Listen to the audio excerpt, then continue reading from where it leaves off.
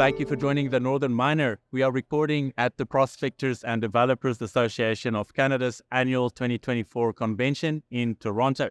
Joining me now is Denis Larocque, CEO and President of Major Drilling. Thank you for joining me. Thank you for having it. All right. So I usually love touching base with the major drilling services providers in Canada and North America. It gives me, as a mining journalist, a great perspective as a sort of a bellwether as to what's happening in the exploration industry. Now, before we perhaps get to some of those juicy bits, let me start off by asking you a little bit. Tell us more about what Major Drilling does, what really sets it apart from some of its key competitors. Yeah, well, basically we offer drilling services to the mining company, and we operate in 15 countries around the world, basically touching 5 continents. We're in North and South America, Australia, Asia, and Africa.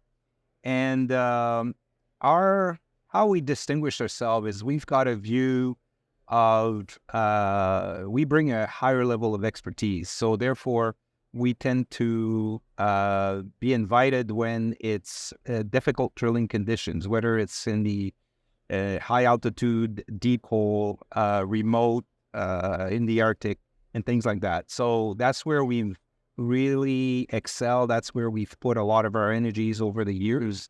And for that reason, we end up having a higher proportion of seniors. We tend to work, we've got a great relationship with most of the senior companies around the world. And yeah, that's kind of been our forte, the whole specialized drilling aspect. All right. So what do you think is it about your offering that really attracts and keeps the seniors coming back for your services?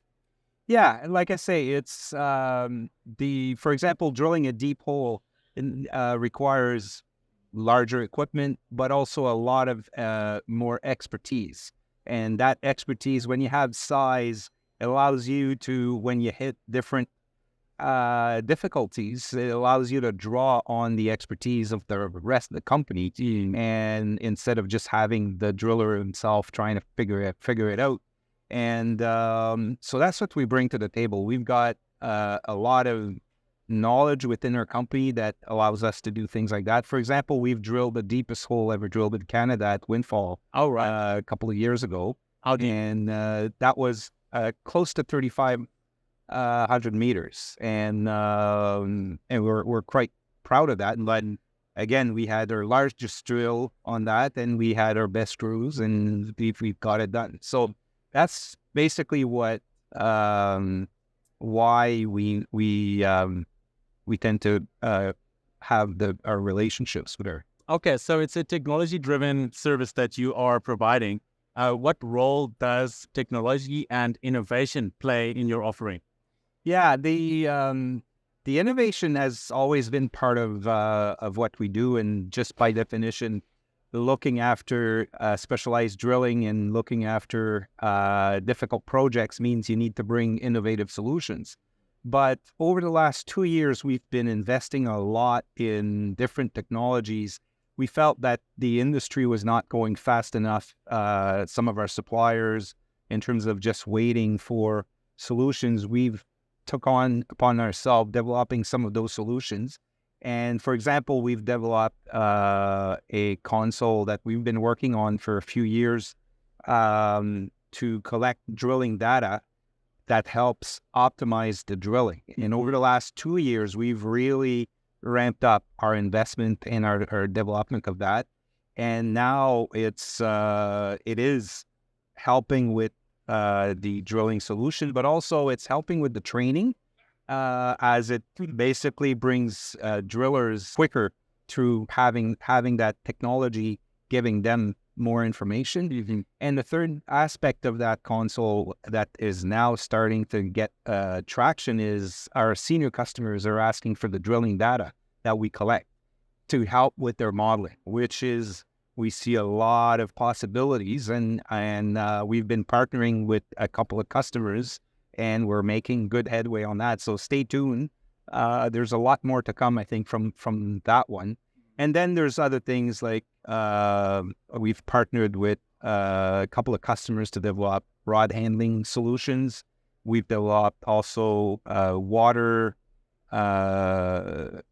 saving initiatives, like a remote water pump, water recirculation, all these things that our customers are really looking for, which brings a higher level of service to the table. And we've been focused on things like that.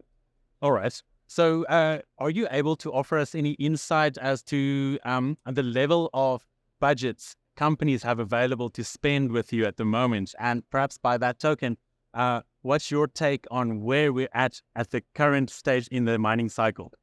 Yeah. On the budgets, I mean, definitely the juniors have been struggling raising money. So we at the moment, we don't see those budgets. In fact, things have been down for them. But on the senior side, budgets are holding up, which is a good news. And some are adding to their budget.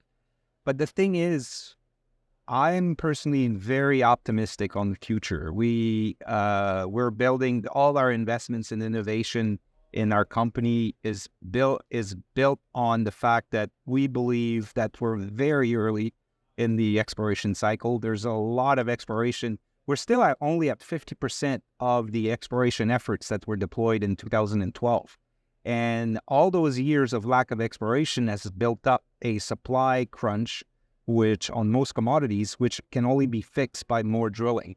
So there needs to be a lot more exploration if we're going to bring those mines into production. And the more we wait or the more we delay that, it's like a spring. It's just getting wound, and the more it's going to have to explode to be able to meet the demands that on the mining industry. And that's been our focus in terms of building a company. It's based on the fact that we believe that the exploration, there's going to be a lot more exploration done over the next few years. And for the last upcycle lasted 10 years, and we feel we're only in year number 3. So you just think about that. Yes. And considering it's been one of the longest bear markets really on history that we've been through, so certainly a lot of. And the mines continued to produce. The mine continues to produce, continued to take stuff out of the ground without replacing it. So it just adds up to this whole supply crunch, which is, if we don't fix it, it's going to have to come through higher commodity prices, which then will bring more exploration. One way or another, we're going there. Fascinating insights. Thank you very much. That was Denis Larocque, CEO and President of Major Drilling. Thank you very much for your time. Thank you.